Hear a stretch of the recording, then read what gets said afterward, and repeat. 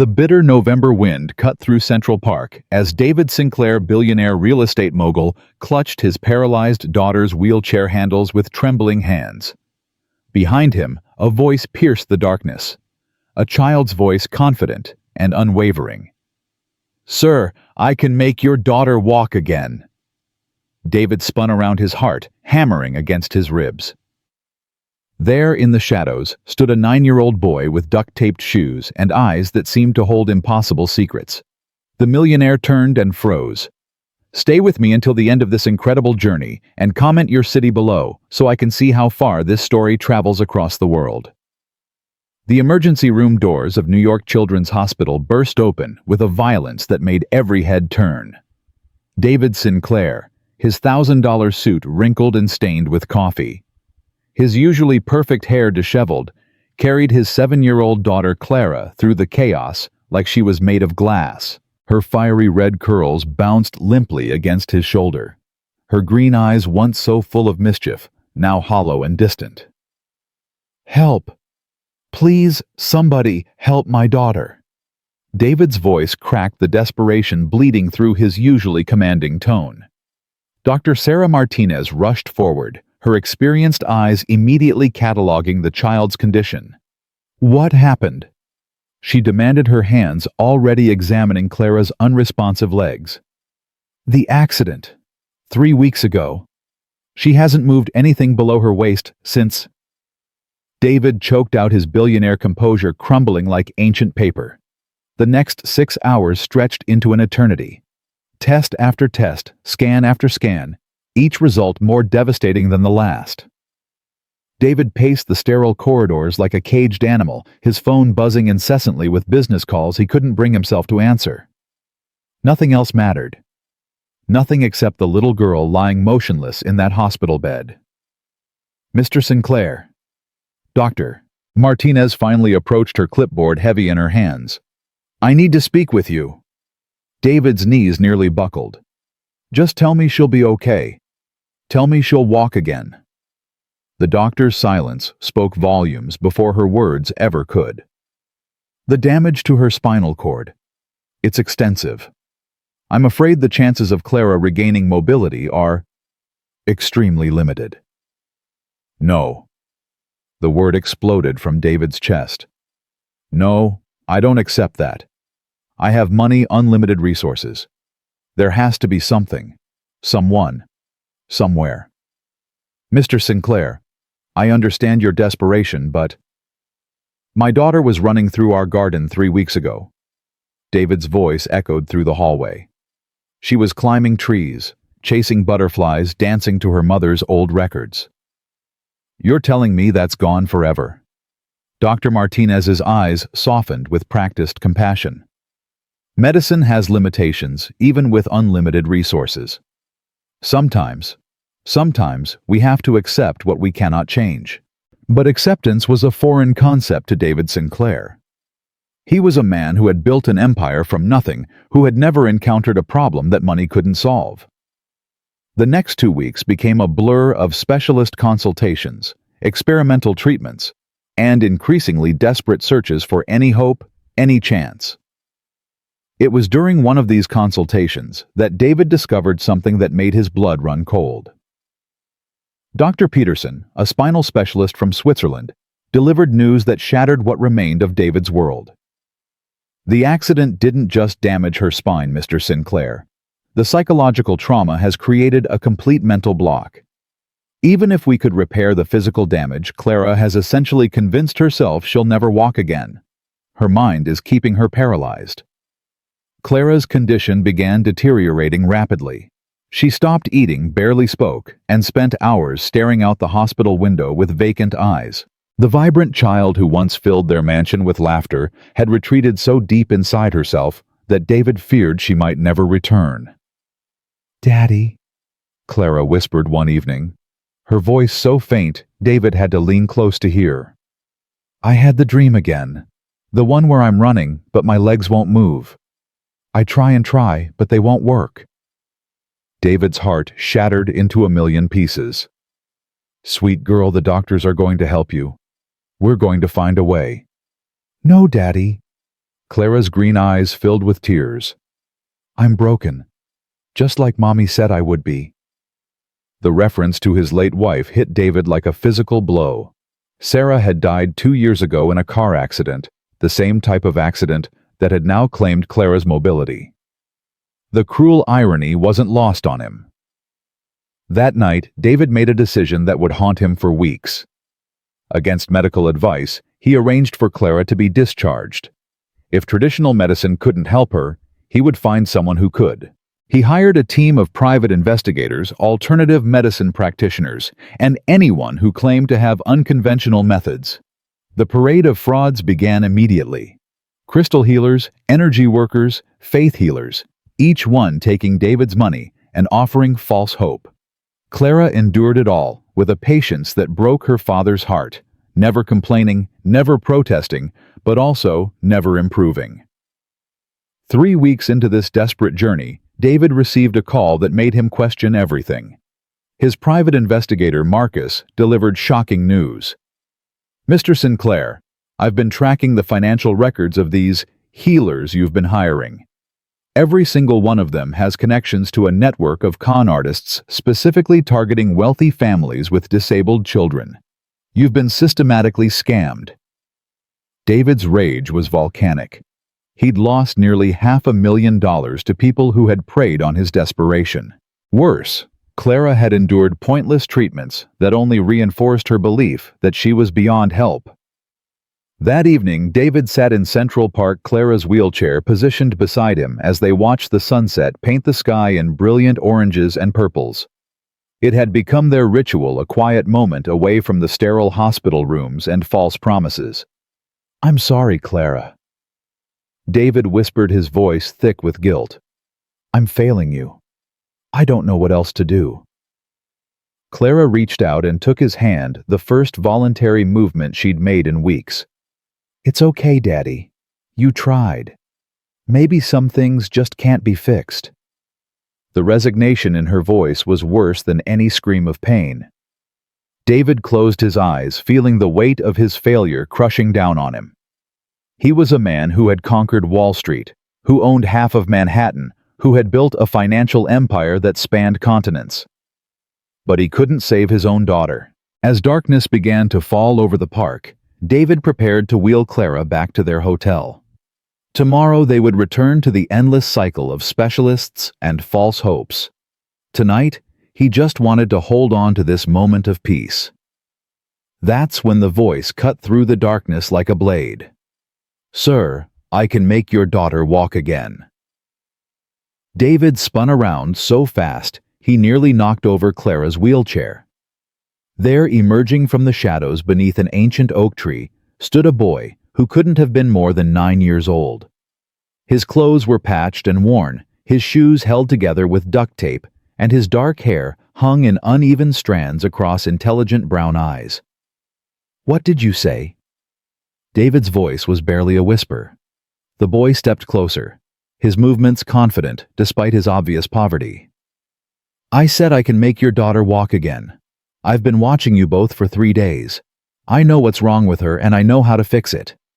David's initial shock rapidly transformed into fury.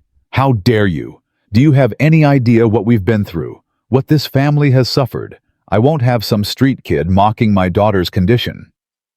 But Clara surprised them both. For the first time in weeks, she lifted her head with genuine interest. "Who are you?" The boy smiled, and something in that expression made David's anger falter. It wasn't the practiced charm of the con artist he'd encountered. It was something else, something genuine and warm and inexplicably comforting. "My name is Noah Carter," the boy said simply, "and I'm going to help you walk again, Clara." "That's impossible," David snapped. "Do you understand the extent of her injuries? The spinal damage, the psychological trauma? Teams of doctors with decades of experience have tried everything." Noah's eyes never left Clara's face as he spoke. "Your daughter doesn't have spinal damage, Mr. Sinclair. I watched her yesterday when that pigeon flew at her face. Her legs moved just slightly, but they moved. Her body is fine. It's her mind that's keeping her trapped." David felt the blood drain from his face. He'd seen it too, that tiny involuntary movement when Clara had startled. The doctors had dismissed it as a reflex, but Noah had noticed. A 9-year-old boy had seen what million-dollar medical equipment had missed. "How could you possibly know that?" David demanded. Noah was quiet for a long moment, his young face carrying a weight that seemed far too heavy for his years. "Because my mama taught me. Before she died, she was a physical therapist. She showed me how the body and mind work together. How sometimes the biggest injuries aren't the ones you can see." Clara leaned forward in her wheelchair, her eyes brighter than they'd been in weeks. "Your mama is gone too." "2 years ago," Noah said softly. "But she left me her knowledge, and her promise that I'd use it to help people who needed it most." David felt his skepticism warring with desperate hope. Every rational part of his mind screamed that this was just another fraud, another person trying to take advantage of their desperation. But something in Noah's manner, in the way Clara was responding to him, made David hesitate. "Even if what you're saying is true," David said carefully, "what makes you think you can succeed where trained professionals have failed?" Noah reached into his worn backpack and pulled out a small leather-bound journal. Its pages were yellowed and filled with detailed drawings and notes. "Because they're treating her body. I'm going to heal her spirit." David took the journal with trembling hands. The pages contained intricate diagrams of the human nervous system, detailed notes about psychological trauma and its physical manifestations, and most remarkably, dozens of case studies documenting successful treatments of patients with similar conditions. "This belonged to your mother?" David asked, his voice barely audible. "Dr. Elena Carter," Noah said with quiet pride. "She developed these techniques working with children who'd lost hope. She said that sometimes when the mind builds walls to protect itself from pain, you have to teach it that it's safe to tear them down." David looked up from the journal to find Clara staring at Noah with an expression he hadn't seen since before the accident. Curiosity mixed with the faintest glimmer of hope. "You really think you can help me?" Clara asked in a small voice. Noah nodded solemnly. "I know I can. But it won't be easy, and it won't be quick. You're going to have to trust me even when it's scary. Even when it hurts. Even when you want to give up." "I've already given up," Clara whispered. "No, you haven't," Noah said firmly. "If you'd really given up, you wouldn't have asked me if I could help. Part of you still believes. We just have to find that part and make it bigger than the scared part." David felt tears he'd been holding back for weeks finally spill over. This strange boy with his patched clothes and impossible confidence was offering what no doctor, no specialist, no expensive treatment had been able to provide: genuine hope. "What do you want in return?" David asked, his business instincts finally kicking in. "Money or reward? What's your price?" Noah's expression grew puzzled. "Price? I don't understand." "Everyone wants something. The doctors want their fees, the specialists want their reputations enhanced, the con artists want quick money. What do you want from us?" The boy considered this seriously for a moment, then looked at Clara's wheelchair, at the expensive clothes and jewelry that marked them as wealthy, at the luxury hotel visible in the distance where they were staying. "I want her to be able to chase butterflies again," Noah said simply. "That's all." The honesty in his voice was like a physical blow to David's chest. In a world where everything had a price, where every kindness came with strings attached, here was a child offering to help, for nothing more than the joy of seeing another child healed. "When do we start?" David asked, surprising himself with his decision. Noah smiled, and for the first time in weeks, Clara smiled back. "Tomorrow morning. Meet me here at sunrise, and Mr. Sinclair." The boy's expression grew serious. "Bring comfortable clothes. We're going to get dirty." As Noah disappeared back into the shadows of the park, David sat in stunned silence. He'd made million-dollar decisions with less deliberation, but something about this felt different, monumental. like standing at the edge of a cliff, knowing that the next step would either lead to flight or catastrophic fall. "Daddy," Clara said softly, her hand finding his. "I'm scared." "So am I, sweetheart," David admitted. "But maybe that's okay. Maybe being scared means we still have something to hope for." As they made their way back to the hotel, David couldn't shake the feeling that their lives had just taken a turn towards something extraordinary. The rational part of his mind cataloged all the reasons this was foolish: trusting a homeless child with his daughter's future, abandoning medical science for folk remedies, risking Clara's emotional well-being on the word of a 9-year-old boy. But for the first time since the accident, Clara hummed softly as he pushed her wheelchair. It was just a few notes of an old lullaby, barely audible over the city sounds. But to David, it sounded like the first notes of a symphony he'd thought was lost forever. Tomorrow would bring new challenges, new risks, and possibly new heartbreak. But tonight, as his daughter hummed her mother's lullaby and stars began to twinkle over Central Park, David Sinclair allowed himself to believe in miracles. The real question wasn't whether Noah Carter could deliver on his impossible promise. The question was whether David was brave enough to let him try. And as he tucked Clara into bed that night, watching her sleep peacefully for the first time in weeks, David realized that sometimes the greatest courage isn't in trying to control the outcome. It's in surrendering to the possibility that someone else might hold the key to your most desperate prayers. The journey was just beginning, and already everything had changed. The sunrise over Central Park painted the morning sky in shades of gold and amber. But David Sinclair barely noticed the beauty as he pushed Clara's wheelchair along the winding path. His hands trembled slightly, whether from the November cold or nervous anticipation he couldn't tell. Clara sat wrapped in her favorite purple blanket, the one her mother had knitted during those final days, her green eyes scanning the park for any sign of the mysterious boy from the night before. "Do you think he'll really come, Daddy?" Clara's voice was barely above a whisper, fragile as spun glass. Before David could answer, Noah Carter emerged from behind the same oak tree where they'd first encountered him. In the daylight, he looked even younger and more vulnerable than David remembered. His worn jacket hung loose on his thin frame, and his dark hair was damp from what David assumed was a cold water wash in a public restroom. Yet there was something in the boy's bearing, a quiet confidence that made David's chest tighten with unexpected hope. "Good morning, Clara," Noah said, his smile warm and genuine. "You came." "I said I would," Clara replied, and David was startled by the note of determination in her voice. When had he last heard her sound so resolute? Noah knelt beside the wheelchair, bringing himself to Clara's eye level. "Today we're going to start with something simple. I want you to feel the grass under your hands, the earth beneath the blanket.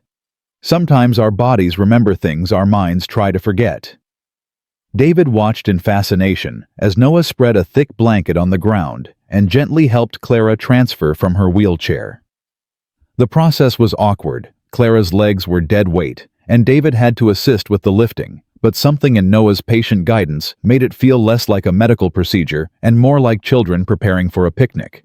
"Now," Noah said, settling cross-legged beside Clara, "tell me about the accident."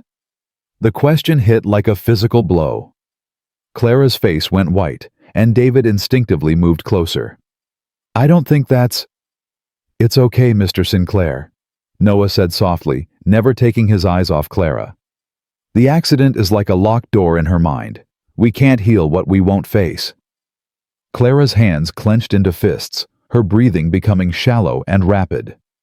For a moment, David thought she might refuse, might retreat back into the safe silence she'd wrapped around herself like armor.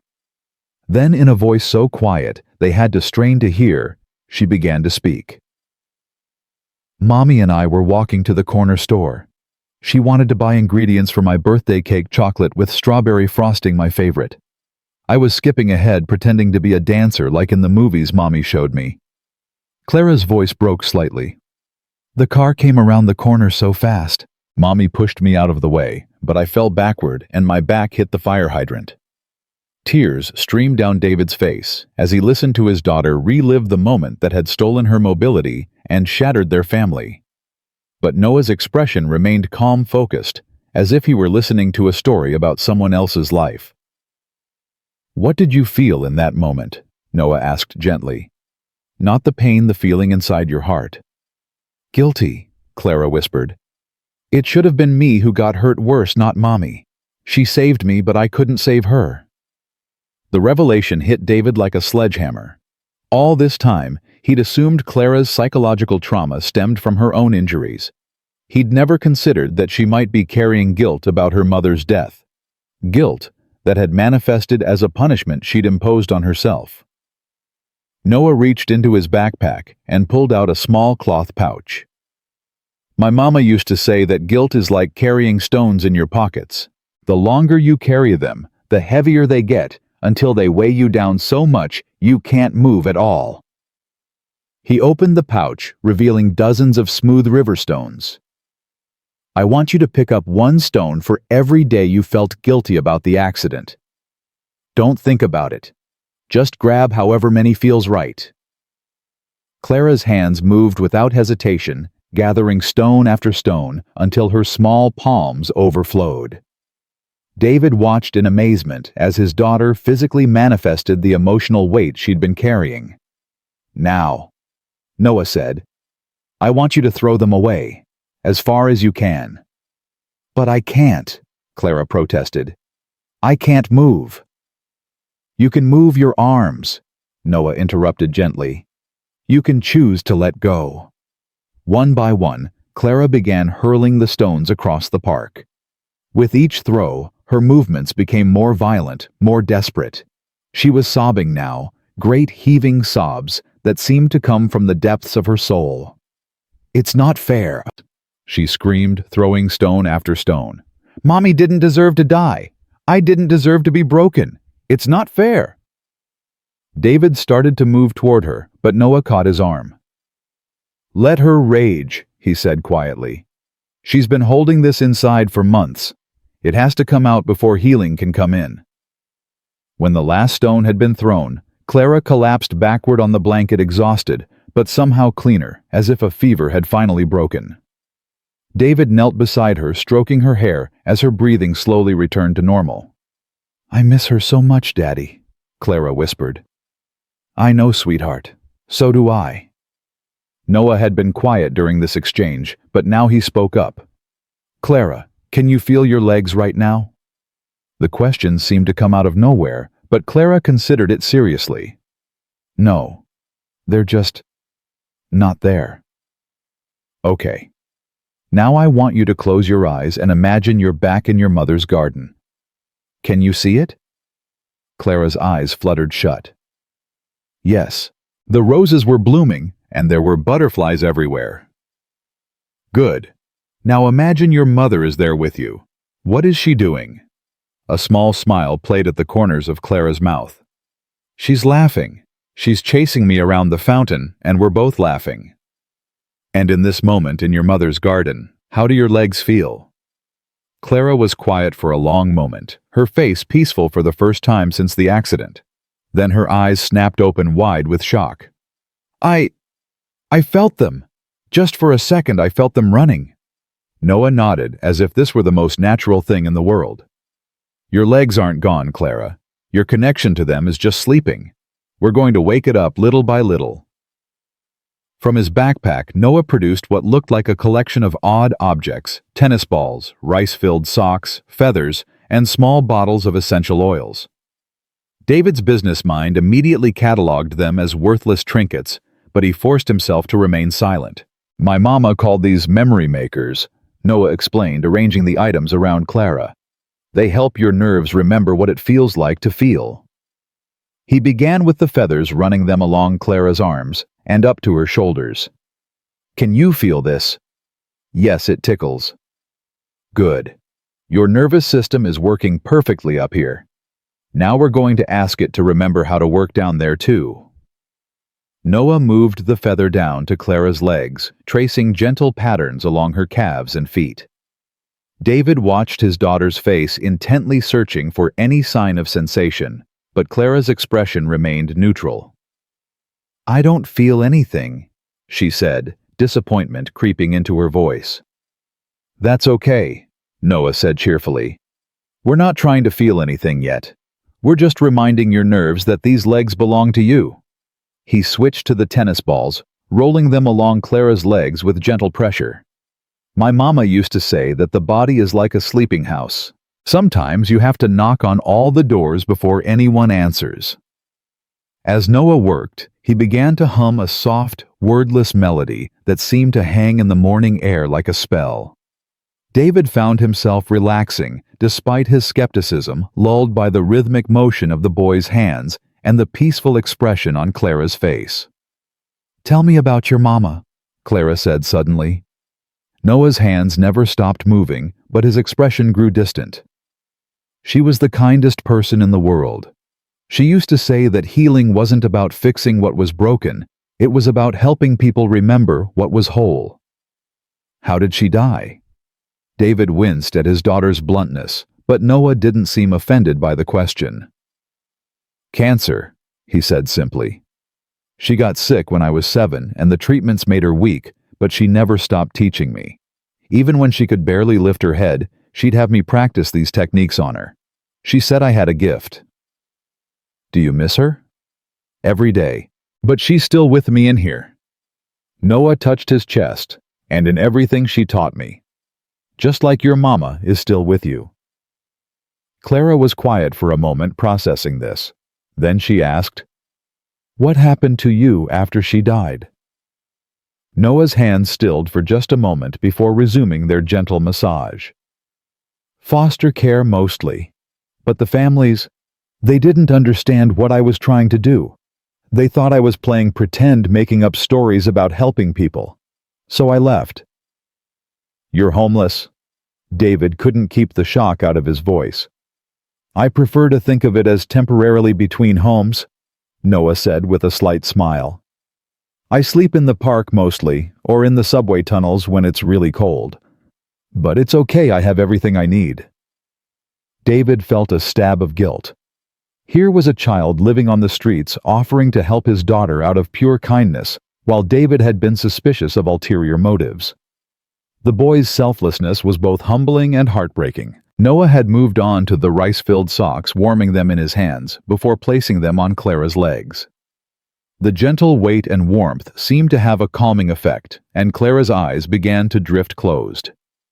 "Now," Noah said softly, "I want you to imagine that warmth spreading through your legs like sunlight. Don't try to feel it with your body. Feel it with your imagination." "I can see it," Clara murmured, her voice dreamy. "Like golden honey flowing through my veins." "Perfect. That golden honey is your nerves waking up, remembering their job. They've been asleep for a long time, but they're starting to stir." David watched in fascination as his daughter's breathing deepened, and her face relaxed into an expression of peaceful concentration. He'd seen her receive massages and physical therapy from trained professionals, but none of them had achieved this level of relaxation and focus. After what felt like hours, but was probably only 30 minutes, Noah began to pack away his supplies. "That's enough for today," he announced. "Already?" Clara protested, her eyes flying open. "But I was just starting to feel, I don't know, something." "Exactly." Noah grinned. "We always stop when you want more, never when you're tired of it. That way your body looks forward to tomorrow instead of dreading it." David helped Clara back into her wheelchair, noting that she seemed more alert and energetic than she had in weeks. As they prepared to leave, he turned to Noah with a question that had been burning in his mind all morning. "Where will you sleep tonight?" Noah shrugged. "I'll find somewhere. I always do." "No." The word came out more forcefully than David intended. "I mean, if you're going to be helping Clara, you should have somewhere safe to stay. Somewhere clean." "Mr. Sinclair, I appreciate the offer, but—" "I'm not offering," David interrupted. "I'm insisting. There's a small apartment above our garage. It has heat, running water, a bed. It's yours for as long as you're helping Clara."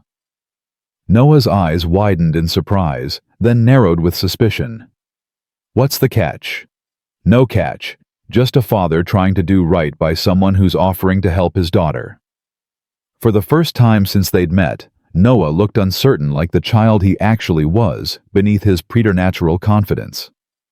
"I don't know how to live in a house anymore," he admitted quietly. "Then it's time you remembered," Clara said firmly. "Just like I'm going to remember how to walk." That afternoon, David led Noah through the gates of his Westchester estate, watching the boy's reaction to the sprawling mansion and manicured grounds. Noah's expression remained carefully neutral, but David caught him staring in wonder at the rose garden where Clara used to play. "It's beautiful," Noah said simply. "Clara designed most of it." David explained, his voice thick with emotion. "She has her mother's eye for beauty." The apartment above the garage was modest by David's standards, a studio with a kitchenette, a small bathroom, and a single bed. But Noah stood in the doorway as if he were viewing a palace. "There's food in the refrigerator," David said, "and clean clothes in the dresser. Everything should fit, I guessed, at your size." Noah turned to face him, and David was startled to see tears in the boy's eyes. "Why are you being so kind to me?" David considered the question seriously. "Because kindness seems to be the only currency you accept, and because watching you with Clara today, you gave her something no amount of money could buy. You gave her hope." That evening, David sat in his study, supposedly reviewing quarterly reports, but actually staring out the window at the small light glowing in the garage apartment. Clara was upstairs sleeping more peacefully than she had in months, and for the first time since the accident, David felt something approaching optimism. His phone rang, startling him from his thoughts. The caller ID showed his personal physician, Dr. Harrison. "David, I heard through the medical community that you'd stopped Clara's treatments. Is everything all right?" David hesitated. How could he explain that he'd entrusted his daughter's care to a homeless 9-year-old? "We're exploring alternative approaches." "I see. David, I have to warn you about some of the people who prey on desperate families. There are individuals who specifically target wealthy parents of disabled children, offering miracle cures that—" "I appreciate your concern, Dr. Harrison, but we're being very careful."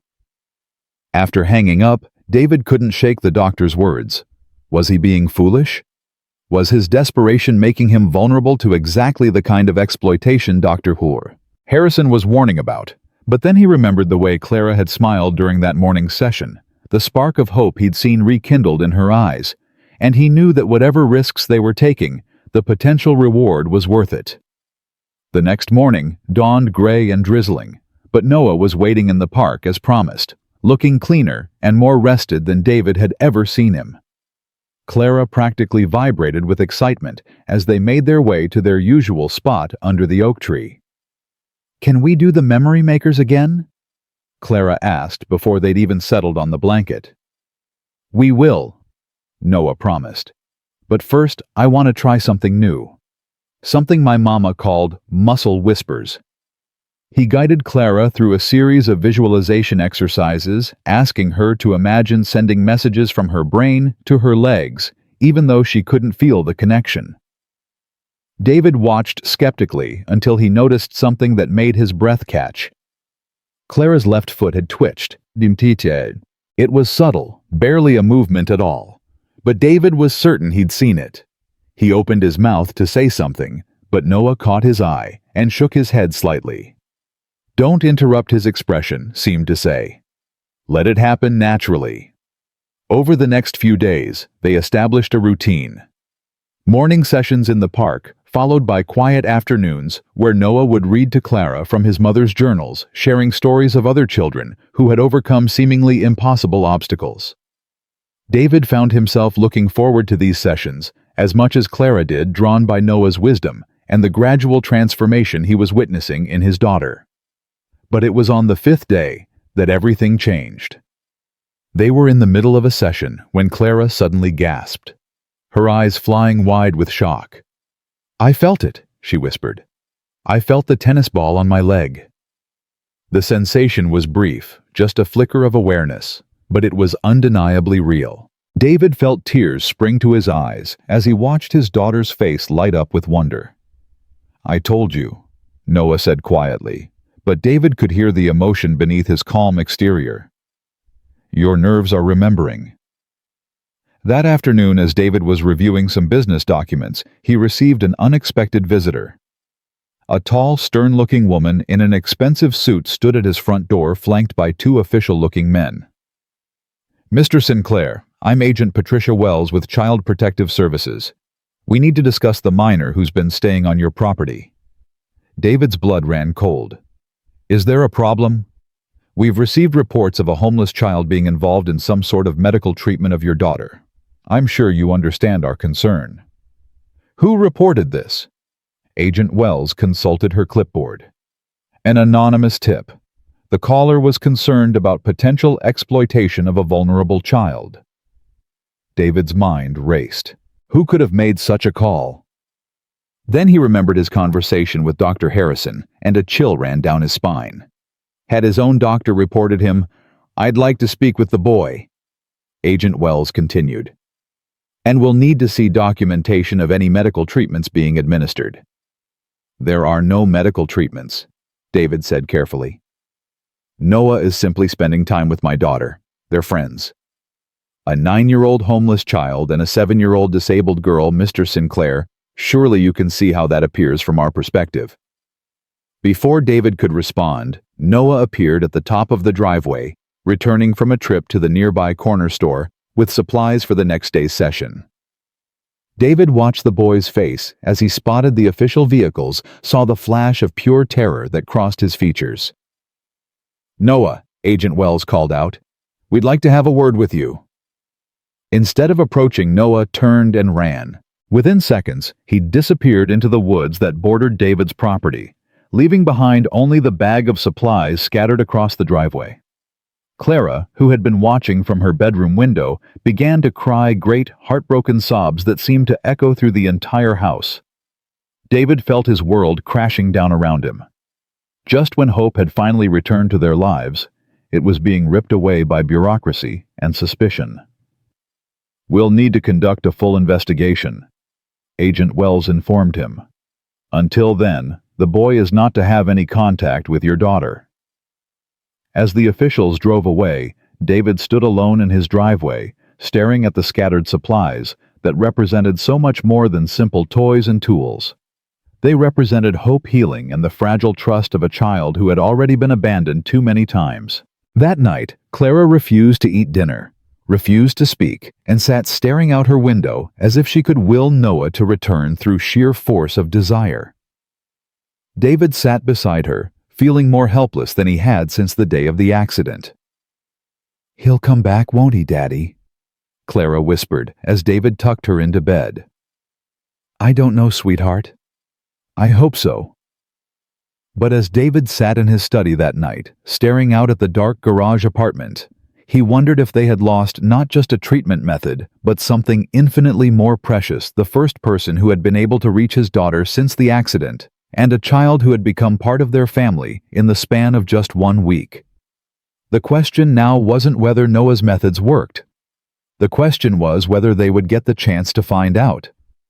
3 days passed in agonizing silence. David hired the best private investigators money could buy, scouring every subway tunnel, homeless shelter, and abandoned building in Manhattan. But Noah Carter had vanished as completely as if he'd never existed. Clara retreated deeper into herself, with each passing hour refusing her physical therapy sessions, and barely speaking except to ask the same heartbreaking question. Is Noah coming back today? On the 4th morning, David sat in his kitchen nursing his 3rd cup of coffee when his phone rang.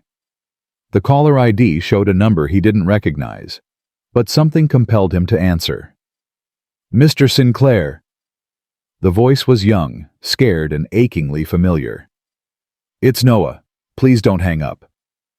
David's hand tightened around the phone. Noah, where are you? Are you safe? I'm okay, but I can't come back. Those people, they'll put me in another foster home, and this time they'll make sure I can't run away. Noah, listen to me. I have lawyers, good ones. We can fight this. You don't understand. Noah's voice cracked with emotion. I've been in the system before. Rich people can't fix everything, Mr. Sinclair. Sometimes the system wins. David felt his heart breaking for this child who had already faced more rejection and loss than any adult should endure. "What about Clara? She needs you. She's been asking for you every day." There was a long pause, and when Noah spoke again, his voice was barely a whisper. "That's why I called. I need you to do something for me. Go to the oak tree in Central Park to our spot. I left something there for Clara."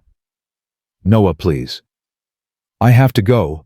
The police have been patrolling the park looking for me. Tell Clara." His voice broke completely. "Tell her I'm sorry."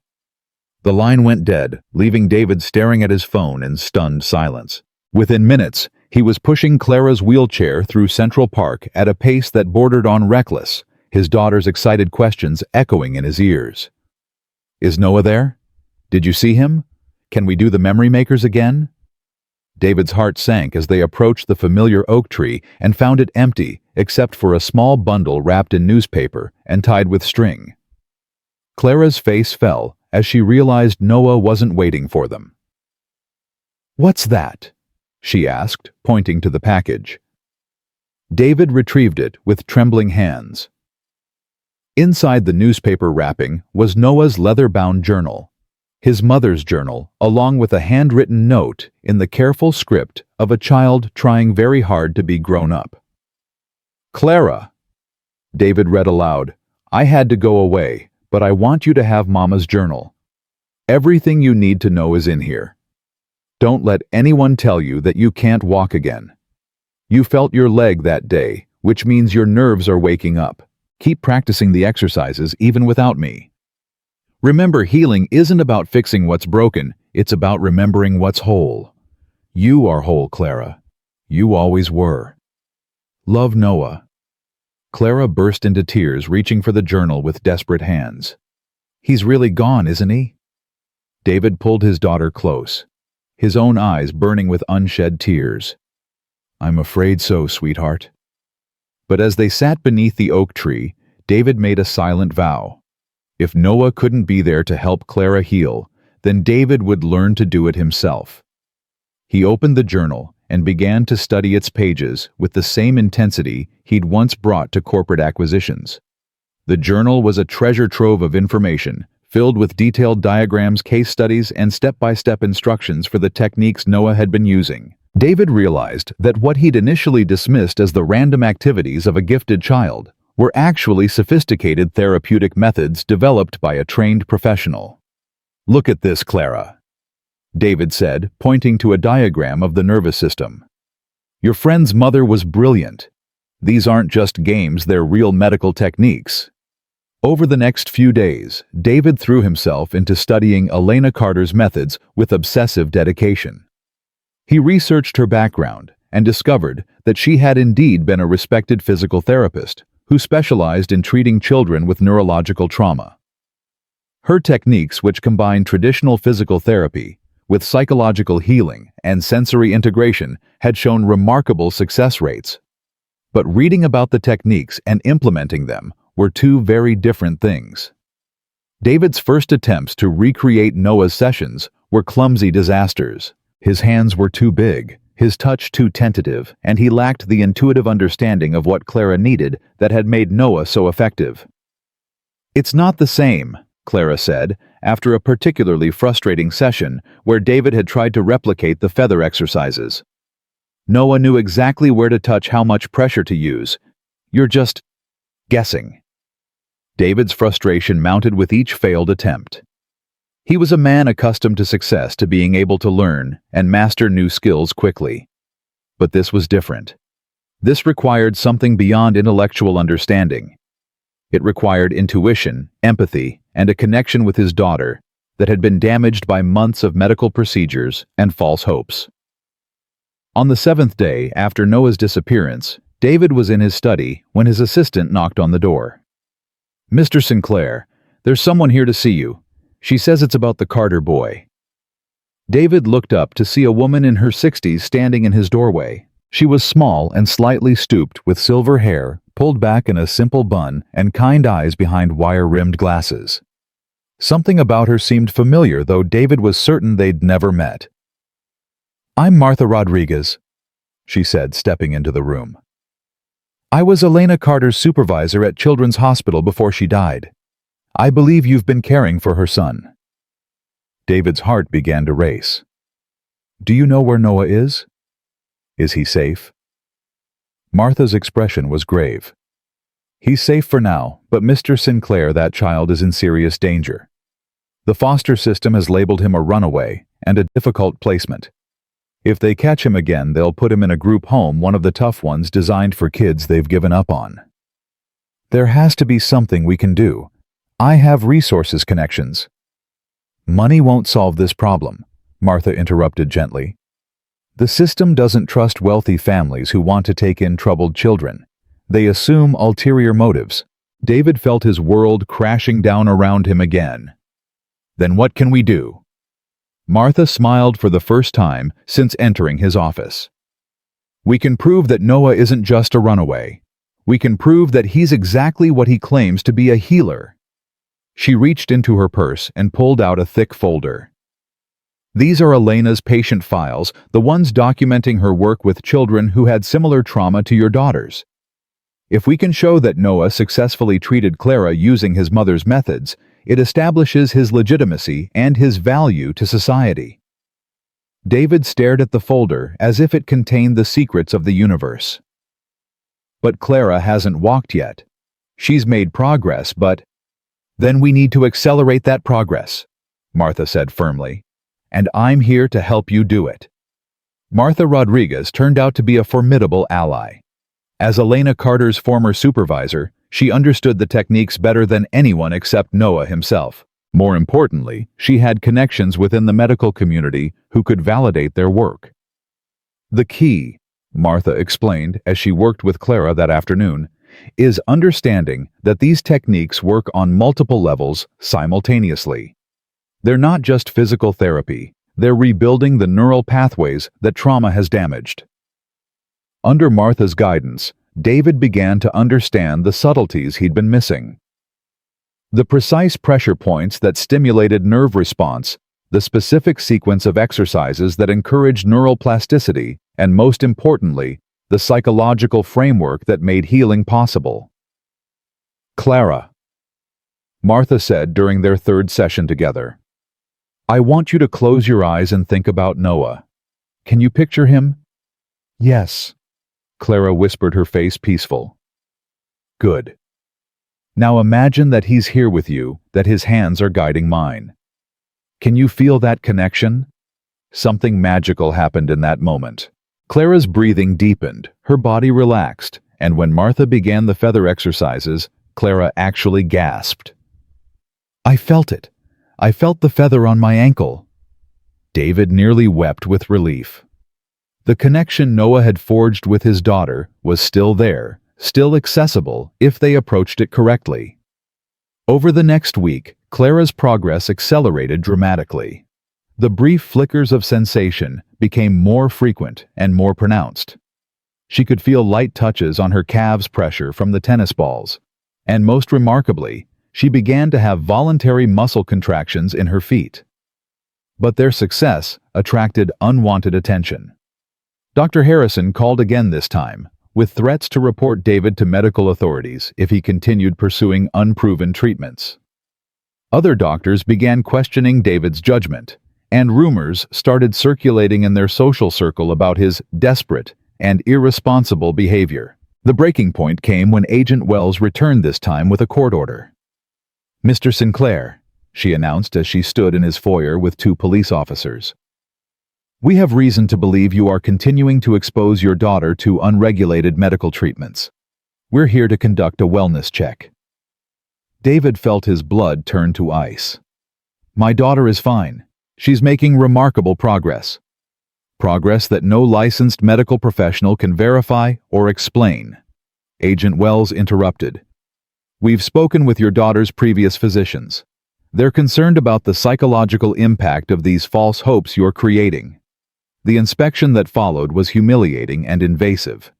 They questioned Clara about her treatments, examined her medical equipment, and scrutinized every aspect of their home life. Martha, who had been working with Clara when they arrived, was escorted from the premises and warned not to return. But it was Clara's reaction that broke David's heart. Faced with official scrutiny and skeptical questions about her progress, she began to doubt herself. "Maybe I didn't really feel anything," she whispered to David that night. "Maybe I just wanted to feel it so badly that I imagined it." David held his daughter close, feeling the fragile hope they'd built crumbling around them. "You felt it, sweetheart. I saw it in your face. It was real." "Then why don't they believe us?" It was a question David couldn't answer. How could he explain to a 7-year-old that sometimes the world was too small, too rigid, too afraid of anything that didn't fit into neat categories? That night, David made a decision that would change everything. He called his lawyer and instructed him to begin adoption proceedings for Noah Carter. If the system wouldn't let them help the boy as friends, then they would become his legal family. David, his lawyer warned, this could be very difficult. The state doesn't like to place troubled children with wealthy families, and given the current investigation— "I don't care how difficult it is," David interrupted. "That boy saved my daughter in ways that go beyond medicine. I won't abandon him to a system that doesn't understand what he can do." The legal battle that followed was brutal. The state argued that David was an unfit guardian, who had already demonstrated poor judgment regarding his own daughter's care. They painted Noah as a manipulative runaway who had exploited a desperate father's vulnerability. But David had resources the state hadn't counted on. Martha Rodriguez testified about Elena Carter's pioneering work and Noah's legitimate understanding of her techniques. He brought in independent medical experts who confirmed Clara's progress. Most powerfully, he had Clara herself, who spoke with heartbreaking eloquence about how Noah had given her hope when everyone else had given up. The custody hearing was scheduled for a Friday morning in December. David sat in the courtroom surrounded by lawyers and social workers waiting for a judge to decide Noah's fate. Clara sat beside him in her wheelchair, dressed in her best dress and clutching the leather journal Noah had left for her. Just as the proceedings were about to begin, there was a commotion in the back of the courtroom. David turned to see Martha Rodriguez enter, followed by a familiar small figure in clean clothes and combed hair. Noah had come back. "Your Honor," Martha announced. "I'm Dr. Martha Rodriguez, and I'm here to present evidence that this child is not a runaway seeking to exploit anyone. He is a legitimate healer who has demonstrated remarkable abilities in treating neurological trauma." The judge, a stern woman in her 50s, looked skeptical. "Dr. Rodriguez, this court is not in the business of validating unproven medical claims." "Then perhaps Your Honor would be interested in observing a demonstration," Martha replied calmly. What happened next was something David would remember for the rest of his life. With the court's permission, Noah approached Clara's wheelchair. He knelt beside her, taking her hands in his own, and for a moment they simply looked at each other. "I'm sorry I had to leave," Noah whispered. "I knew you'd come back," Clara replied, and the absolute certainty in her voice made David's chest tighten with emotion. "Are you ready to show them what we've been working on?" Noah asked. Clara nodded, her green eyes bright with determination. Noah began the familiar routine, the gentle touches, the visualization exercises, the soft humming that had become as much a part of their sessions as the physical techniques. And then, in front of a courtroom full of skeptics and officials, Clara Sinclair did something she hadn't done since the accident.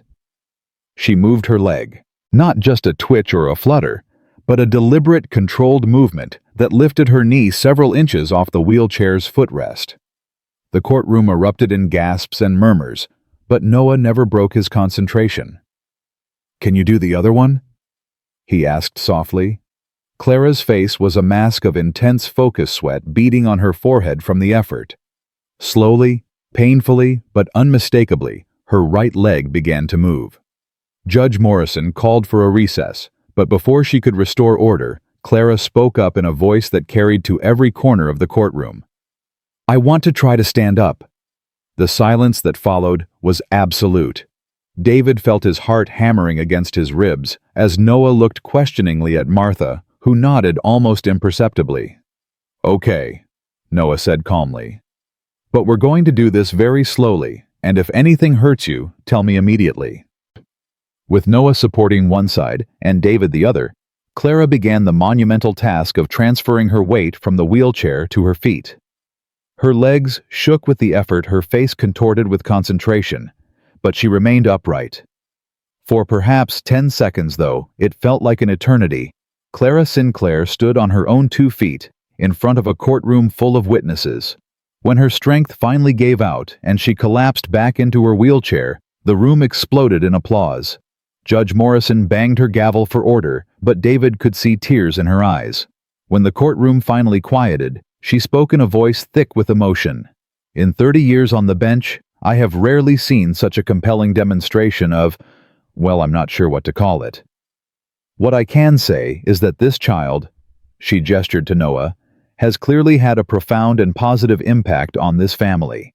Mr. Sinclair, your petition for emergency custody is granted pending full evaluation. Master Carter, you will remain in Mr. Sinclair's care while we complete the adoption process." As the courtroom cleared and the officials filed out, David found himself alone with his daughter and the boy who had become so much more than they'd ever dared hope. Clara was exhausted but radiant, and Noah looked simultaneously relieved and overwhelmed. "So," David said, his voice rough with emotion, "I guess you're stuck with us now." Noah's smile was brighter than the winter sun streaming through the courtroom windows. "I can think of worse places to be stuck." Clara reached out and took both their hands in hers. "We're a family now," she said with the simple certainty of a child. A real family. And for the first time since his wife's death, David Sinclair felt complete. But even as they celebrated this victory, David knew their journey was far from over. Clara had taken her first steps, literally and figuratively, but the path to full recovery would be long and challenging. There would be setbacks, doubts, and obstacles they couldn't yet imagine. The difference now was that they wouldn't face those challenges alone. They had each other, and they had something even more powerful: the unshakable belief that miracles were possible when love, determination, and hope combined in just the right way. As they left the courthouse that afternoon, David couldn't help but think about all the children still trapped in the system, all the families still searching for hope, all the healers like Noah whose gifts went unrecognized by a world too rigid to see beyond conventional wisdom. But those were battles for another day. Today they were going home, all 3 of them, to begin the next chapter of their extraordinary story. The drive home from the courthouse felt like a celebration parade, but the real work began the moment they crossed the threshold of the Sinclair mansion. Noah stood in the grand foyer, his small duffel bag clutched in his hands, looking simultaneously awed and terrified by the opulence surrounding him. "This is really my home now," he whispered, his voice echoing off the marble floors. "Our home," Clara corrected from her wheelchair, reaching out to take his hand. "And you don't have to whisper. Daddy says this house has been too quiet for too long." David watched the exchange with a mixture of joy and trepidation. Winning custody had been the easy part compared to what lay ahead, helping Noah adjust to a stable home while continuing Clara's recovery, all under the watchful eye of social services, who would be monitoring their progress closely. That first night, David found Noah standing in the doorway of the guest bedroom that had been hastily converted into a child's room, staring at the bed as if it might disappear. "The social worker said I have to sleep here for the next 6 months," Noah said quietly, "as part of the probationary period." "Noah," David said gently, "this isn't a probation. This is your room in your home for as long as you want it to be." The boy's eyes filled with tears he was clearly fighting not to shed. "What if I mess up? What if I do something wrong and you decide you don't want me anymore?" David knelt down to Noah's eye level, his heart breaking for this child who had learned to expect abandonment. "Then we'll figure it out together. That's what families do. They don't give up on each other when things get difficult." But Noah's fears weren't entirely unfounded. The adjustment period was harder than anyone had anticipated. The boy who had displayed such confidence and wisdom when helping Clara struggled with the most basic aspects of domestic life. He hoarded food in his room, jumped at sudden noises, and sometimes disappeared for hours, hiding in places where he felt safe. The breaking point came 3 weeks after the custody hearing. David woke up to find Noah's room empty, the window open, and a note on the pillow that simply read, "I'm sorry, I don't know how to do this." Clara's scream when she realized Noah was gone could have shattered glass. He promised he wouldn't leave again. He promised. David spent the next 6 hours searching every park alley and shelter in Manhattan, his desperation growing with each dead end. It was Martha Rodriguez who finally found Noah, huddled behind a dumpster in the alley where he used to sleep shivering in the December cold. "Why did you run?" Martha asked gently as she wrapped her coat around the boy's shoulders. "Because I'm broken too," Noah whispered, "just like Clara was broken. And I don't know how to fix myself." When Martha brought Noah home, David was waiting with Clara in the living room. The little girl's eyes were red from crying, and her face was streaked with tears. "You scared me," Clara said simply when Noah walked through the door. "I thought you were gone forever like Mommy." The raw pain in her voice seemed to hit Noah like a physical blow. He dropped to his knees beside her wheelchair, tears streaming down his face. "I'm sorry. I'm so sorry. I've never had a real family before. I don't know how to be part of one." "Then we'll learn together," Clara said, taking his hands in hers. "Just like I'm learning to walk again. Some things take practice." That conversation marked a turning point for all of them. Noah stopped running, but more importantly, he started talking. Late at night, he would sit with David and share stories about his life before the foster homes where he'd been misunderstood, the streets where he'd learned to survive, and the crushing loneliness that had followed him everywhere. In return, David shared his own struggles with loss and fear, his mistakes as a father, and his terror of failing the 2 children who now depended on him. These midnight conversations became the foundation of trust that their unconventional family needed to survive. But their biggest challenge was still ahead of them. Clara's progress had plateaued after the dramatic demonstration in the courtroom. The brief moment of standing had taken everything she had, and now her body seemed reluctant to repeat the feat. "I can't do it again," Clara sobbed after a particularly frustrating session where her legs refused to cooperate. "It was just a fluke. I'm still broken." Noah, who had been working patiently with her for over an hour, sat back on his heels with a thoughtful expression. "You know what I think? I think your body is scared." "Scared of what?" "Scared of hoping too much. Sometimes when we want something really badly, we're afraid to try because we might fail. Your legs know they can work. They proved it in the courtroom. But now, they're protecting you from disappointment." David marveled at the 9-year-old's insight. It was exactly the kind of psychological understanding that had made his mother's techniques so effective. "So what do we do?" Clara asked. "We trick your fear." Noah grinned. "We make walking feel so natural and safe that your body forgets to be scared." The new approach Noah developed was radically different from anything they'd tried before. Instead of focusing on the goal of walking, he created elaborate games and scenarios where movement was just part of the play. They acted out fairy tales where Clara had to move her legs to escape imaginary dragons. They played physical charades where Clara had to use her entire body to communicate.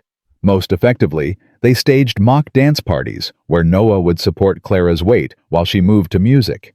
The breakthrough came during one of these dance sessions. Clara had been moving her legs in rhythm to one of her mother's favorite songs when she suddenly realized she was supporting some of her own weight. "Noah!" she gasped. "I'm dancing. I'm really dancing." For 30 seconds, Clara Sinclair danced with her mother's memory, her own strength, and the unwavering support of the boy who had become her brother. When she finally sank back into her wheelchair, exhausted but exhilarated, David realized they had turned a crucial corner. But their success attracted attention they hadn't expected.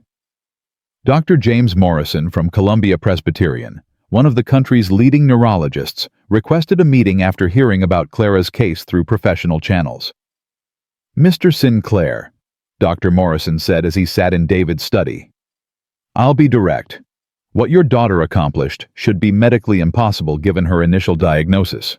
I'd like to study her case." David felt his protective instincts flare. "My daughter isn't a lab rat." "Of course not.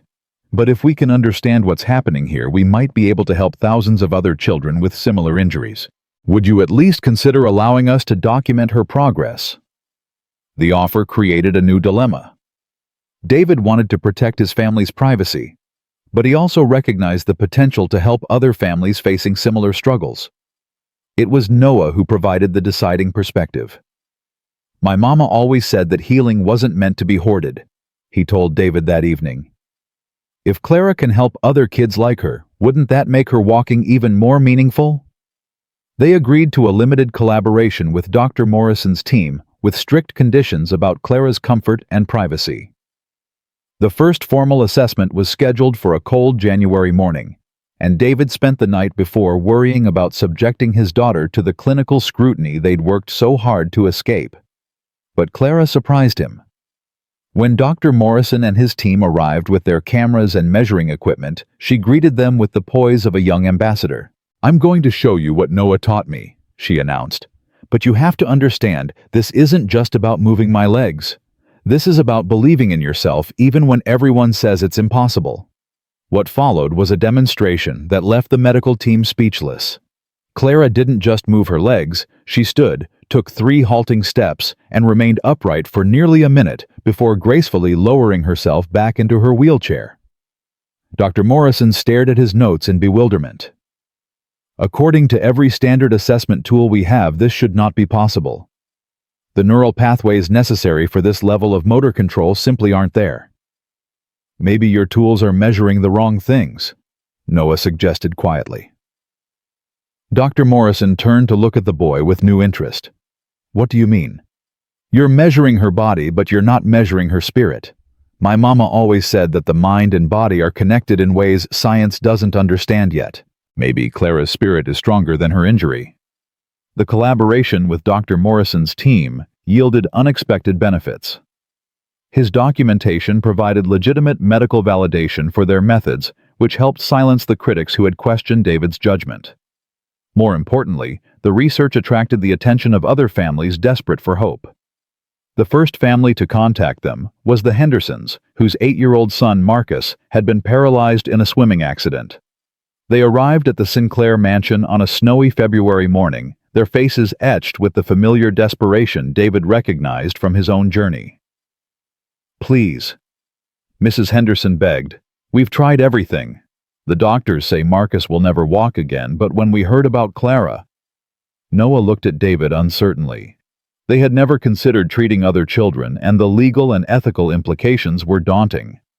"I'm not a doctor," Noah said carefully. "I'm just a kid who learned some things from his mama." "You're the kid who helped Clara walk," Mr. Henderson replied. "That's enough for us." Clara, who had been listening to the conversation from her wheelchair, suddenly spoke up. "We should help them." "Sweetheart," David said gently, "it's not that simple. There are legal issues, insurance concerns." "Daddy," Clara interrupted, her green eyes blazing with determination. "When I couldn't walk, you would have done anything to help me. Now I can help other kids like Marcus. How is that different?" Her words hit David like a thunderbolt. His daughter was right. They had a moral obligation to share what they'd learned. But the practical challenges were enormous. It was Martha Rodriguez who provided the solution. "We establish a foundation," she suggested during an emergency family meeting. "A legitimate nonprofit organization dedicated to researching and implementing Elena Carter's techniques. We bring in licensed medical professionals to oversee everything, but Noah remains the primary practitioner." The Elena Carter Foundation for Childhood Healing was incorporated 6 weeks later, with David as the chairman, Martha as the medical director, and Noah as the youngest certified therapeutic consultant in the organization's history. Dr. Morrison agreed to serve as their chief research advisor, lending crucial credibility to their efforts. But their first official case nearly ended the foundation before it began. Marcus Henderson's injuries were more severe than Clara's, and his psychological trauma ran deeper. After 2 weeks of intensive sessions, he had shown minimal improvement, and his parents were growing frustrated. "Maybe this only works for certain types of injuries," Mrs. Henderson said during a particularly difficult session. "Maybe Marcus is just too damaged." Noah, who had been working tirelessly with the boy, looked devastated by the suggestion. David watched the doubt creep into the child's eyes and felt his own confidence wavering. That night, Noah came to David's study, looking smaller and more vulnerable than he had since the early days after his adoption. "What if I can't help Marcus?" Noah asked, his voice thick with tears. "What if Clara was just lucky, and I'm not really good at this?" David pulled the boy onto his lap, something he'd never done before but which felt completely natural in that moment. "Noah, do you remember what you told Clara when she was afraid to hope? You said that healing takes time and everyone's journey is different. But what if Marcus never gets better? What if his parents lose hope? Then we'll face that together. But giving up now would mean abandoning a child who needs us. Is that what your mother would want?" The next morning, Noah approached Marcus's session with renewed determination. Instead of focusing on traditional exercises, he began talking to the boy about his life before the accident, his dreams, his fears. "I used to want to be a superhero," Marcus admitted quietly, "like the ones who could fly and save people." "Who says you can't still be a hero?" Noah asked. "Maybe your superpower isn't flying. Maybe it's something else." "Like what?"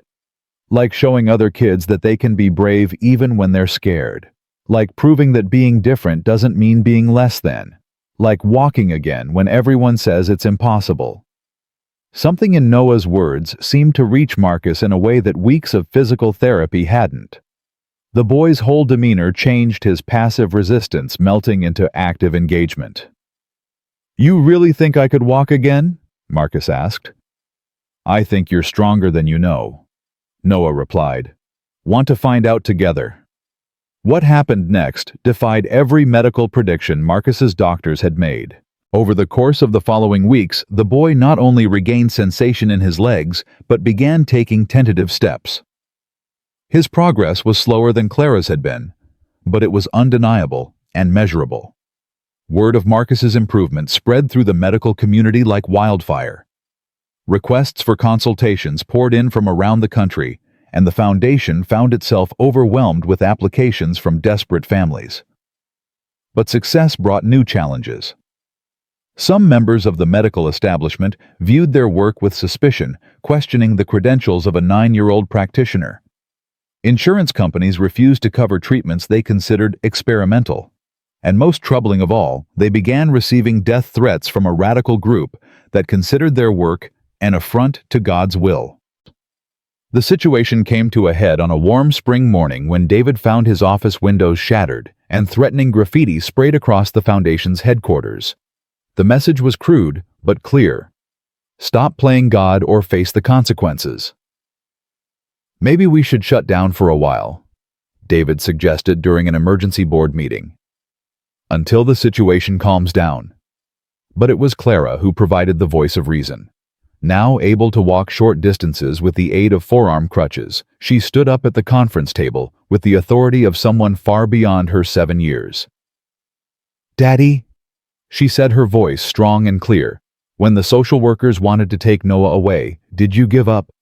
"No, but..." "When the doctors said I'd never walk again, did you give up?" "Of course not."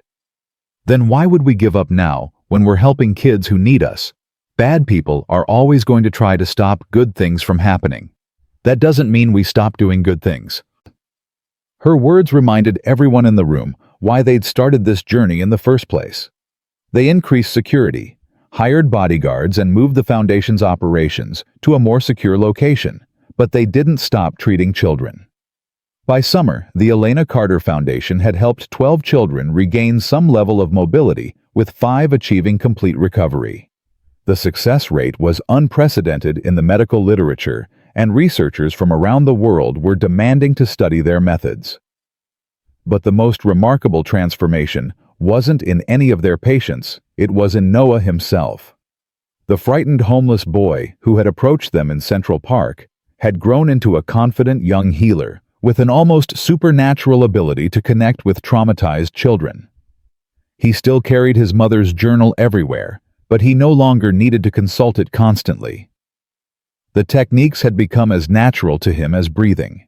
"You know what the best part is," Clara told David one evening as they watched Noah work with a new patient in their home's converted therapy room. "He's not just helping kids walk again, he's helping them believe in miracles." David nodded, thinking about how far they'd all come since that dark November night in Central Park. Clara was walking not perfectly, and not without assistance, but walking nonetheless. Noah had found a family and a purpose that gave meaning to his remarkable gifts, and David himself had learned that sometimes the greatest successes come not from controlling every variable, but from having the courage to trust in possibilities that logic can't explain. The Foundation's work was far from over. There were still children who needed help, critics who needed convincing, and mysteries about the human spirit that science had yet to unravel. But as David watched his daughter and his adopted son laugh together while helping another child take their first steps in months, he knew they were exactly where they needed to be. The miracle wasn't just that Clara could walk again. The miracle was that a homeless boy with nothing but love and determination had transformed 3 broken lives into something beautiful, whole, and powerful enough to heal others. And that was only the beginning. The call came at 3 in the morning, on a humid August night, jarring David awake from the first peaceful sleep he'd had in weeks. The Foundation had been operating at full capacity, with children arriving from as far away as California and Florida, but nothing could have prepared him for the desperate voice on the other end of the line. "Mr. Sinclair, this is Dr. Elizabeth Chen from Seattle Children's Hospital. I have a situation here that, well, frankly, it's beyond anything we've encountered. I need your help." David sat up in bed, instantly alert. Emergency calls weren't unusual. The Foundation's reputation had spread through medical networks nationwide, but something in Dr. Chen's voice suggested this was different. "What's the situation, doctor? We have a 12-year-old girl named Sofia Martinez.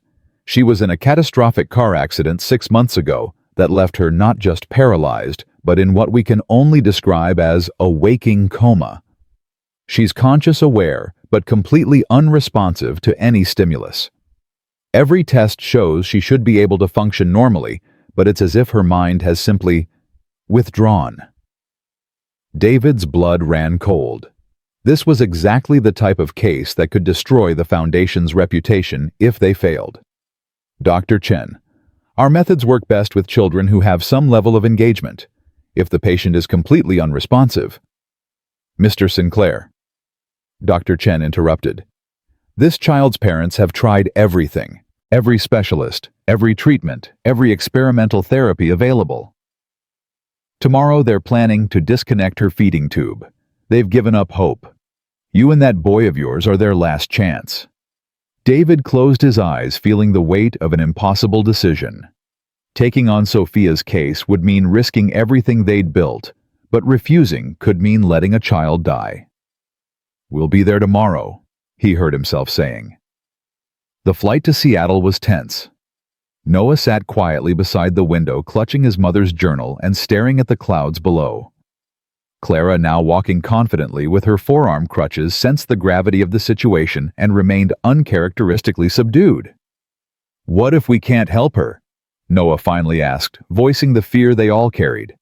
"Then we'll know we tried," David replied, but even he wasn't convinced by his own words. Seattle Children's Hospital was a stark reminder of the medical establishment they'd worked so hard to move beyond. Sterile corridors, the smell of disinfectant, and the mechanical beeping of life support machines created an atmosphere that felt hostile to the intuitive healing methods Noah had perfected. Dr. Chen met them in the lobby, a petite woman in her 40s with kind eyes and prematurely gray hair. "I have to be honest with you," she said as she led them toward the elevator. "The other doctors here think I'm crazy for calling you, but I've read about your work and I've seen the documentation from Dr. Morrison's team. If anyone can reach this child, it's you." Sofia Martinez lay in room 314, surrounded by machines that monitored every aspect of her physical condition.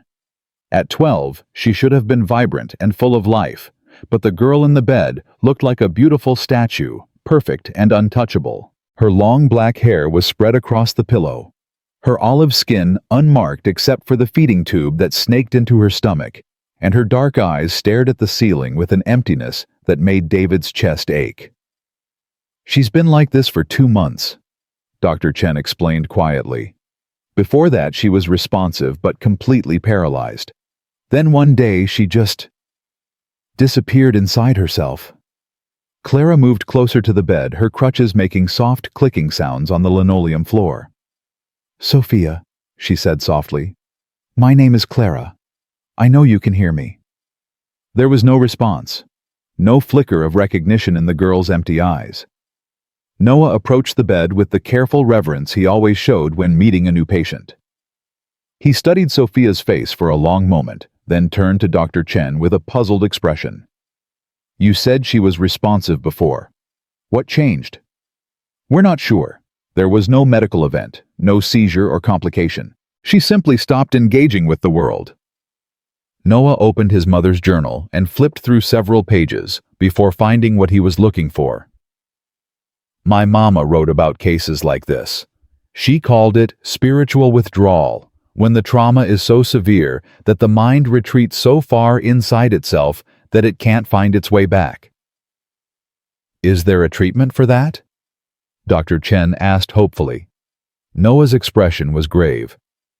Mama only encountered it twice in her entire career. Both times it required something she called soul calling, basically finding a way to convince the patient that it's safe to return to the world. "How do we do that?" "We have to understand why she left in the first place." The next several hours were spent gathering information about Sophia's life before the accident. Her parents Maria and Carlos Martinez painted a picture of a brilliant, sensitive child who had been deeply affected by the suffering she witnessed in her immigrant community. "Sophia always felt things too deeply," Maria explained through tears. "When her grandfather died last year, she stopped eating for a week because she said the world was too sad to live in. We thought she'd grown out of that sensitivity, but now—" "Tell me about the accident," Noah said gently. Carlos's face crumpled. "We were driving to her school's science fair. Sophia had been working for months on a project about healing. She wanted to become a doctor to help people like her grandfather. A drunk driver ran a red light and hit us head-on. Maria and I walked away with minor injuries, but Sophia—" "She was conscious immediately after the crash," Maria added. "The first thing she asked was whether the other driver was okay. When the paramedics told her he'd died, she started screaming that it was her fault for asking God to let her help people. She said she'd caused the accident by wanting too much." Noah and Clara exchanged a meaningful look. They had seen this type of survivor's guilt before, but never to such an extreme degree. "She blames herself for the accident," Clara asked. "She thinks God punished her for being selfish," Carlos said bitterly. "No matter what we tell her, she believes she deserved to be hurt." Noah was quiet for a long moment, processing this information. Finally, he turned to David with an expression of absolute determination. "I know what's wrong with her, and I know how to fix it, but it's going to require something we've never attempted before." Over the next hour, Noah outlined a treatment plan that pushed far beyond anything they'd previously tried.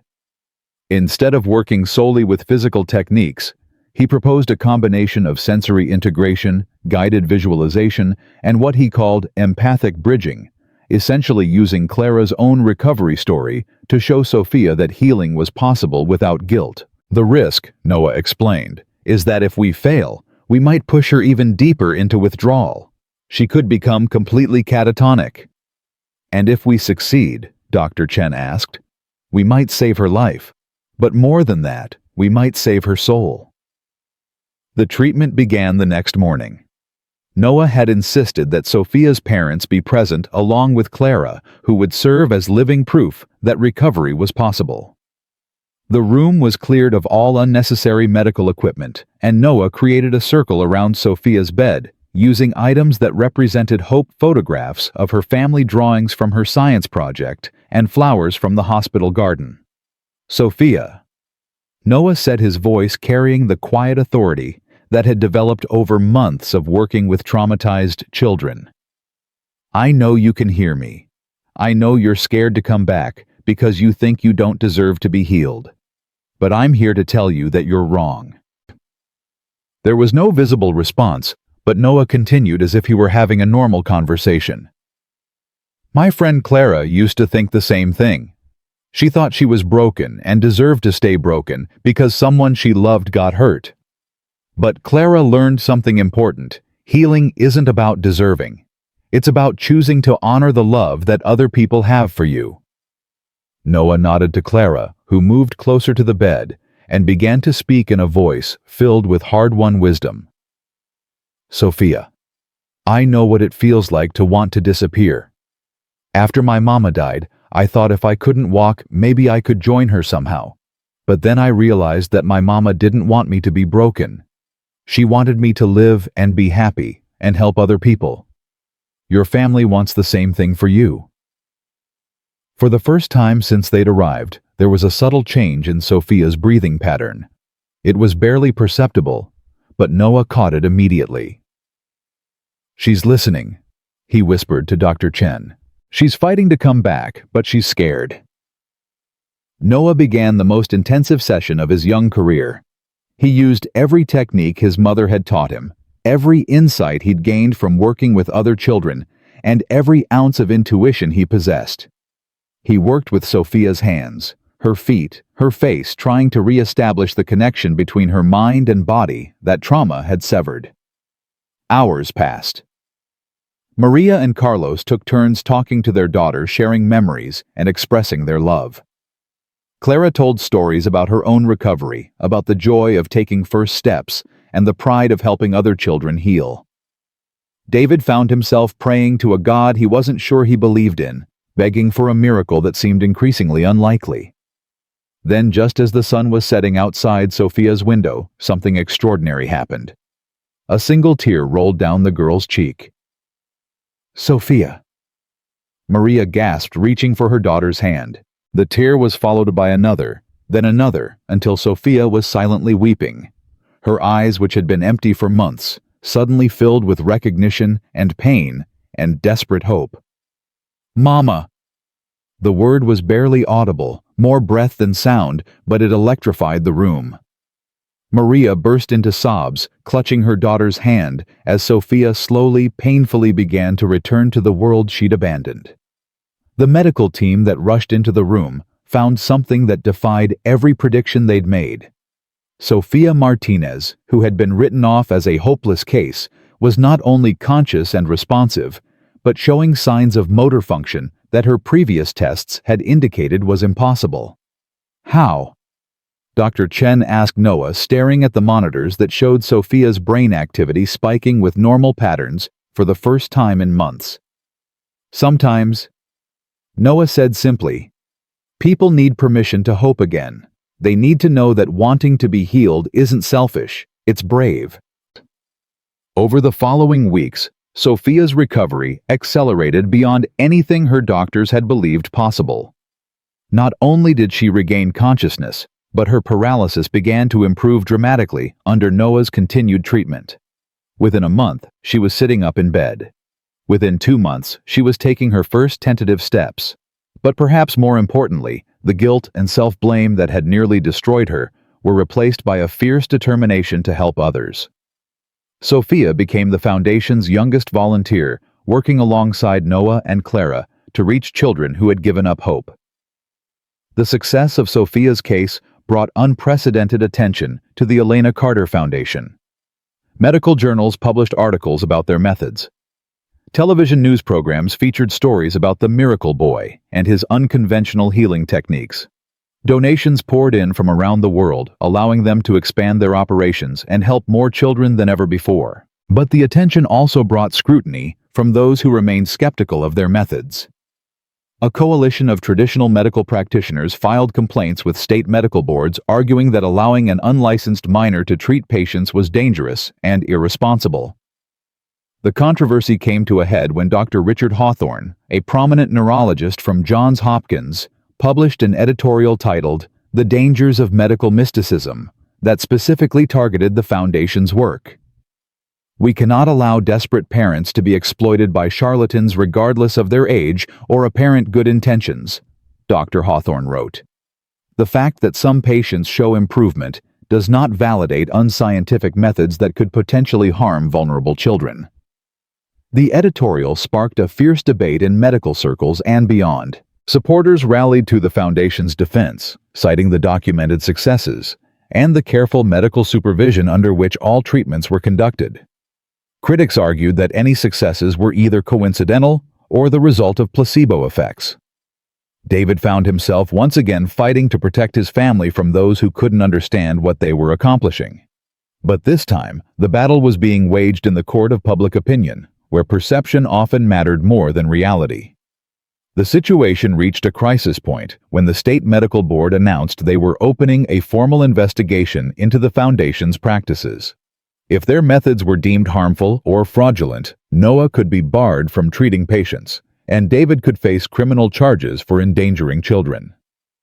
"Maybe we should consider scaling back our operations," Martha suggested during an emergency board meeting, "just until the investigation is complete." But it was Sophia Martinez who provided the most compelling argument for continuing their work. Now 13, and walking with only minor assistance, she stood before the board with the poise of someone far beyond her years. "Dr. Hawthorne and people like him think that healing has to follow their rules," she said, her voice strong and clear. "But what about kids like me who fell through the cracks of their system? What about children who were told they'd never recover, who were given up on by doctors who couldn't see past their textbooks?" She gestured to Clara, who stood beside her with quiet dignity. "Clara was supposed to be paralyzed for life. I was supposed to be a vegetable. Marcus Henderson was supposed to never leave his wheelchair. But we're all here. We're all walking. We're all living proof that sometimes miracles happen when you have the courage to believe in them." The room fell silent as Sophia's words sank in. Here was a child who had literally been brought back from the brink of death, arguing passionately for the right of other children to receive the same chance at healing. "The investigation can proceed," David announced, his voice firm with resolve. "We have nothing to hide. Our methods may be unconventional, but our results speak for themselves." The investigation that followed was exhaustive and invasive. Every case file was scrutinized, every treatment session was analyzed, and every claim of improvement was verified through independent medical examination. Noah submitted to countless interviews and assessments, maintaining his calm dignity even when hostile questioners tried to trip him up or discredit his knowledge. The turning point came when the investigating committee decided to observe Noah working with a patient firsthand. They chose Timothy Walsh, a 10-year-old boy who had been paralyzed in a sledding accident and was considered a hopeless case by conventional medicine. As committee members watched through one-way glass, Noah worked with Timothy using the gentle, intuitive methods that had become his signature. He spoke to the boy about courage and hope while using carefully calibrated touch and movement to stimulate dormant neural pathways. 45 minutes into the session, Timothy's left foot moved. It was a small movement, barely perceptible, but the sophisticated monitoring equipment the committee had insisted on using recorded it clearly. More importantly, Timothy felt it the first sensation he'd experienced in his legs since the accident. Dr. Hawthorne, who had been observing with obvious skepticism, stared at the monitors in disbelief. That's not possible according to his previous neurological assessments." "Maybe the assessments were wrong," Noah suggested quietly. "Maybe his body just needed someone to believe in it." The final report from the investigating committee was released 3 months later, While acknowledging that Noah's methods fell outside conventional medical practice, they found no evidence of harm to patients and substantial evidence of benefit. More importantly, they recommended that the foundation be allowed to continue operating under enhanced medical supervision, with Noah's treatments recognized as a legitimate complementary therapy. The vindication was sweet, but it came with a bittersweet realization. Noah was growing up. At 10 years old, he was beginning to show signs of the normal childhood development that had been interrupted by trauma and responsibility. He still possessed his remarkable healing abilities, but he was also starting to express interest in typical kid activities, video games, sports, and spending time with friends his own age. "Do you ever wish you could just be a normal kid?" Clara asked him one evening as they sat in the foundation's garden, watching the sunset paint the sky in brilliant colors. Noah considered the question seriously. "Sometimes. But then I think about all the kids we've helped, and I know this is what I'm supposed to be doing. Mama always said that gifts are meant to be shared, not hidden. But you're still a kid too. You deserve to have fun and play, and not always be thinking about other people's problems." Noah smiled, and for a moment he looked exactly like the carefree child he should have been. "Who says I'm not having fun? Yesterday I helped Marcus take his first steps without any assistance. The day before that, Sophia laughed so hard during our session that she forgot she was supposed to be in therapy. This isn't work for me, Clara. This is joy." As autumn arrived, the foundation celebrated its first anniversary with a gala that brought together families from across the country whose children had been helped by Noah's unique gifts. The ballroom of the Waldorf Astoria was filled with children who were walking, running, and dancing when conventional medicine had said they never would again. David stood at the podium, looking out at an audience that represented far more than a successful fundraising event. These were families who had been given their children back, children who had been given their futures back, and hope that had been kindled when all seemed lost.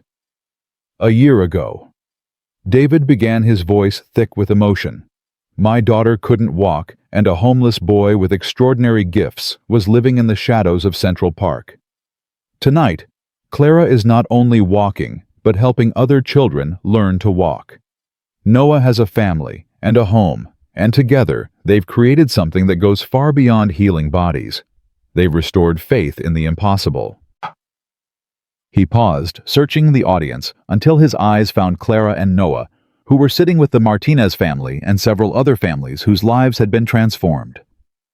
But perhaps the most important lesson we've learned this year is that healing isn't something that happens to us, it's something we choose to participate in.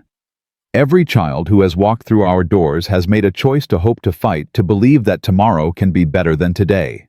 And in doing so, they've taught us that miracles aren't supernatural events. They're the natural result of love, determination, and the courage to reach for what seems impossible. The applause that followed was thunderous, but David barely heard it. His attention was focused on his two children who were beaming at him with pride and love. Noah had saved Clara. Clara had saved Noah, and together they had saved David from a life of bitterness and regret. As the evening wound down and families began to say their goodbyes, David found himself standing in the hotel garden with Martha Rodriguez, watching Noah and Clara play with some of the younger children whose lives they had touched. "Elena would be so proud," Martha said softly, referring to Noah's late mother. She always believed that healing was about more than just fixing what was broken. She said it was about helping people remember what it felt like to be whole. David nodded, thinking about all the ways their lives had been transformed since that cold November night when a desperate father had encountered a boy with impossible promises. "You know what the real miracle is?" David said, his voice filled with wonder. "It's not that Clara can walk again, though that's extraordinary. It's not even that Noah has helped dozens of other children heal, though that's remarkable. The real miracle is that a homeless boy with nothing but love and wisdom taught a broken family how to become whole again." As they walked back toward the hotel, David felt a sense of completion that had nothing to do with reaching a destination and everything to do with understanding the journey. They had started with one child's inability to walk, and had discovered something infinitely more valuable: the power of human connection to heal wounds that went far deeper than any physical injury. The story that had begun with despair in a hospital emergency room had become a testament to the truth that hope, when combined with love and determination, could indeed move mountains. Or in their case, it could help a little girl remember how to chase butterflies again. The future stretched ahead of them, filled with new challenges and new opportunities to help children who had been written off by conventional medicine. There would undoubtedly be setbacks, critics, and moments of doubt, but they faced that future together, a family forged not by blood, but by choice, not by circumstance, but by love. And in the end, that was the greatest healing of all.